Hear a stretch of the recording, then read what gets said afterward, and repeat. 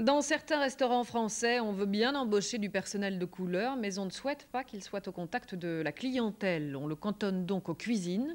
C'est pour lutter contre cette discrimination à l'embauche qu'SOS Racisme a décidé de mener une action en justice contre un célèbre restaurant parisien, le Moulin Rouge, et contre une agence d'intérim spécialisée dans la restauration.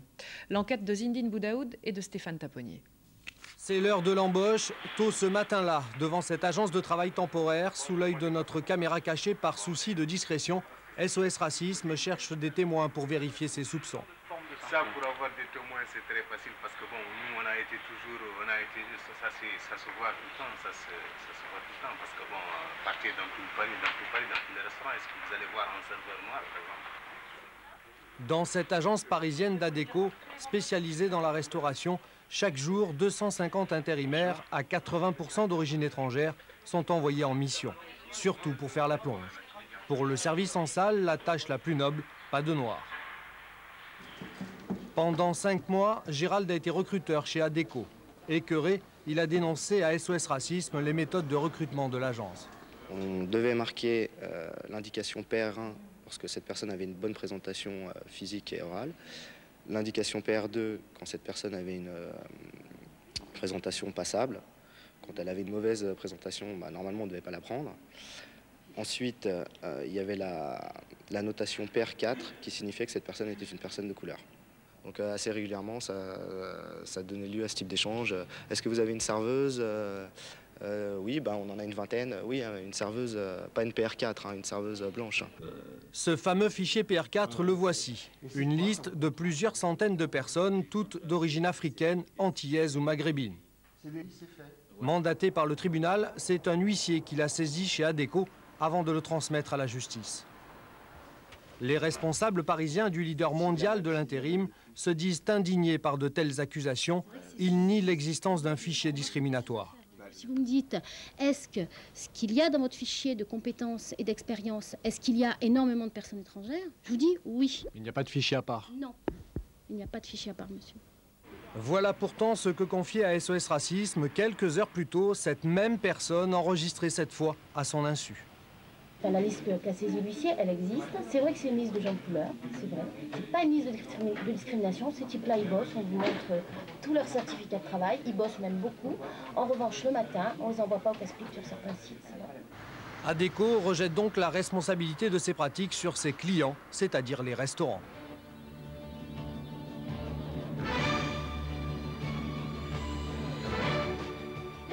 Exemple, le Moulin Rouge. Le strass, c'est les paillettes, une des icônes de Paris à l'étranger.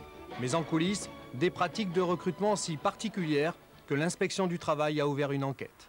Abdoulaye Marega, serveur de nationalité sénégalaise, n'a jamais pu y travailler.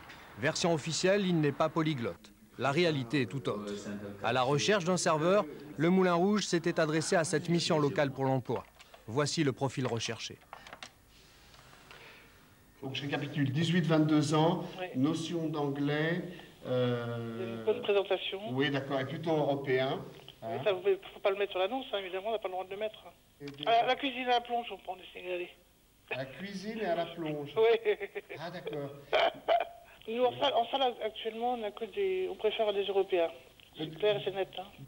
En dépit de cet enregistrement, les responsables du Moulin Rouge ne reconnaissent aucune discrimination dans leur politique de recrutement. Pour m'être entretenu avec la secrétaire effectivement qui s'occupe de toute l'administration du personnel pour la partie personnel de salle, c'est que cette personne ne reconnaît pas les propos qui lui sont prêtés. Nous employons des gens qui ne sont pas tous nécessairement européens, pour utiliser un terme qui ne blesse absolument personne. Alors, pour vérifier, nous nous sommes rendus au Moulin Rouge équipés d'une caméra cachée. 78 personnes sont aux petits soins pour une clientèle internationale. Maître d'hôtel, maître de rang, commis, manifestement, aucune personne de couleur ne fait partie de la fête.